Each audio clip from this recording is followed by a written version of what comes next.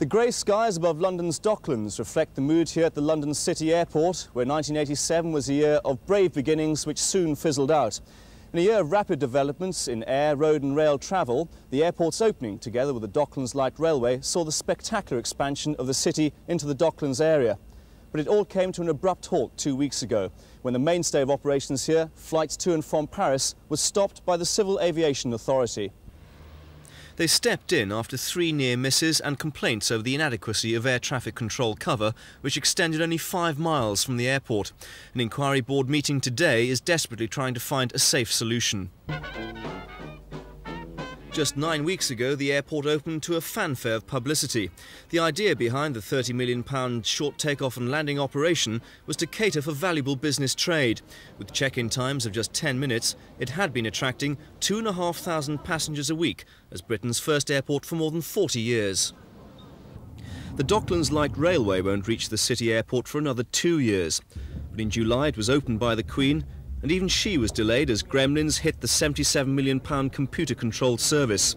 It was eventually opened to the public a month later, and soon 20,000 people a day were using it. Underground, London's tube travellers continue to suffer from overcrowding, delays and breakdowns. In July, £100 million is set aside to ease the problems, but the Northern Line in particular continued to suffer. By November, the Association of London Authorities said the line's problems were so bad no one wanted to use it to get to work.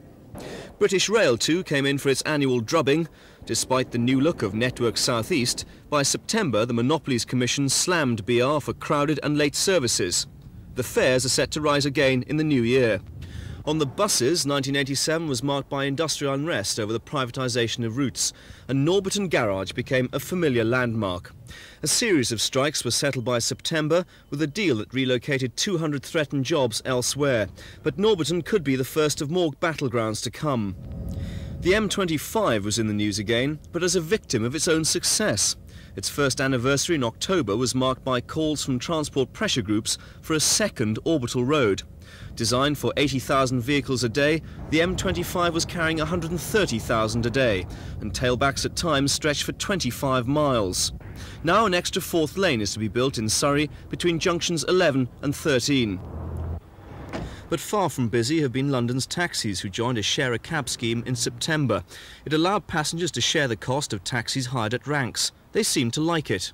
I think it's a good idea. Sometimes there's a very long queue here, and it would be very helpful, I should think. Whenever you're able prepared to do it. But 3 months later, the cabbies say no one took their offer up and that it's been a complete flop.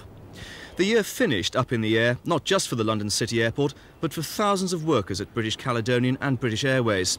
More than 2,000 jobs are to be lost after the merger of the two airlines in a £250 million deal. BA fought off the Scandinavian airline SAS, but met stiff opposition from unions at BCAL. And now on the horizon for 88, there's a legal challenge from the EEC, which could herald a protracted European battle to clip the wings of the giant new British airline.